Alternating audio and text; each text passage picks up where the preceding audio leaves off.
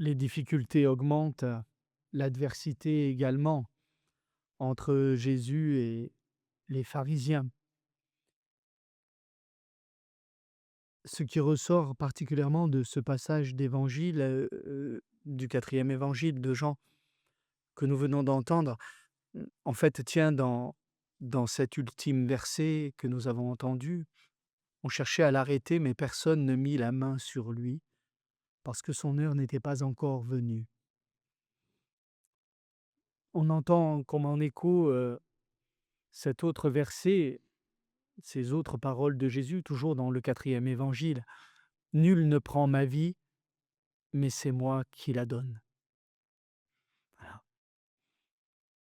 Si Jésus était venu pour mourir, heu, excusez-moi, mais dans une dynamique, un peu suicidaire, bah, écoutez, le début du texte nous dit que, heu, il avait à ce moment-là, qu'à aller en Judée, puisqu'on voulait le tuer et l'arrêter. Or justement, il ne veut pas parcourir la Judée, car les Juifs cherchaient à le tuer. Mais c'est pas tant parce qu'il a peur de la mort, c'est juste parce que c'est pas le moment. L'heure n'est pas venue. Vous voyez? Tout simplement. Et pareil, il va monter quand même en Judée, à Jérusalem, mais on dit qu'il ne le fait pas ostensiblement. Est-ce qu'il a peur de la mort, Jésus? Non, c'est que son heure n'est pas venue.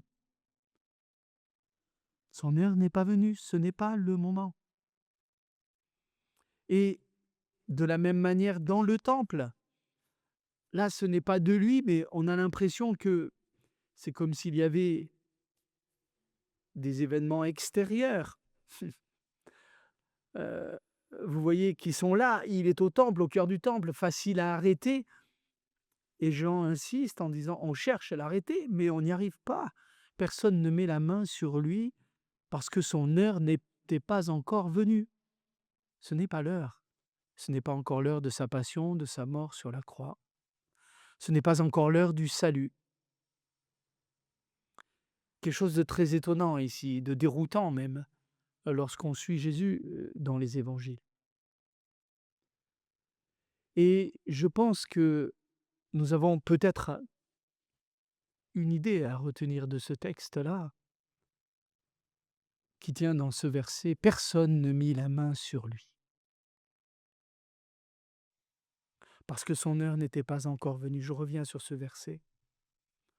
On ne met pas la main sur Jésus, y compris dans notre propre vie spirituelle. De même qu'on ne met pas la main sur son salut, parce que c'est ça dont il est question. Et je prolonge en disant: on ne se sauve pas. C'est Dieu qui nous sauve. Quand il veut, comme il veut, dans les circonstances où il le veut. Notre salut n'est efficient que dans la mesure où il nous échappe.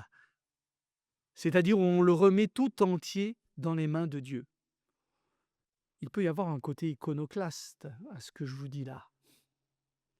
Parce qu'on dit: «Vous travaillez au salut de son âme». Je ne suis pas contre. Mais qu'est-ce que ça veut dire, travailler au salut de son âme? Il faut faire le bien pour avoir le salut, pour obtenir le salut de son âme. Vous voyez? Et toute la tradition chrétienne dit cela. Simplement, il faut bien entendre ce qu'on veut dire par là. Et il y a un relent de pélagianisme qui affecte l'Église catholique depuis le IVe siècle et qui est toujours là. Où on va se sauver, on va faire des œuvres pour Dieu. On va voyez, voilà. Et encore une fois, c'est pas ça l'action, c'est pas l'engagement de notre vie à la suite du Christ qui est en jeu, c'est la manière dont on s'engage. Où est l'effort que l'on doit mettre? Si on fait des efforts pour mettre la main sur son salut et l'obtenir comme une récompense, mais non, on passe à côté. C'est ce que Jésus est en train de dire dans tous les évangiles, dans l'évangile. Au contraire, l'effort, c'est de lâcher prise sur cela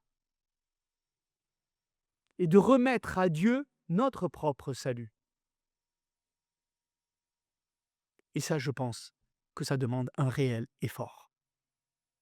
Ne nous y trompons pas. Ne croyons pas que ce soit facile. La preuve, c'est qu'on a tellement besoin de mettre la main sur Jésus, sur notre salut, pour se sécuriser. On a tellement de mal à accepter cette incertitude. Mais oui, mais si je le remets à Dieu, mais et s'il ne me sauvait pas? Si ceci, est-ce que je lui fais confiance? En tout cas, ne nous y trompons pas. Dieu désire bien plus notre salut que nous le désirons.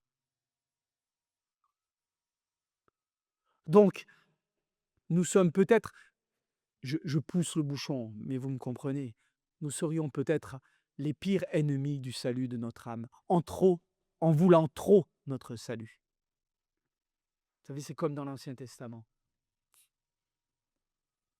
Le premier ennemi de l'alliance, c'est celui qui en est le bénéficiaire. Père Mercier, il faudra une exégèse là-dessus. Mais regardez Abraham. C'est clair. Combien de fois Abraham met en péril l'alliance? Combien de fois il le met? Et pourtant, il en est le dépositaire. Ben, notre salut, c'est pareil. Si l'alliance, c'est le salut de notre âme, c'est pareil pour nous. Lâchez, lâchez, lâchez. Acceptez que Dieu ait les choses en main. C'est le parcours de conversion d'Abraham. Voilà. Avec Isaac et Ismaël. Voilà. Dieu tarde un petit peu, hein, sa promesse. Oui, Dieu promet notre salut. Mais enfin, assurons les choses. Hein. Voilà. Il y aura Ismaël. Voilà.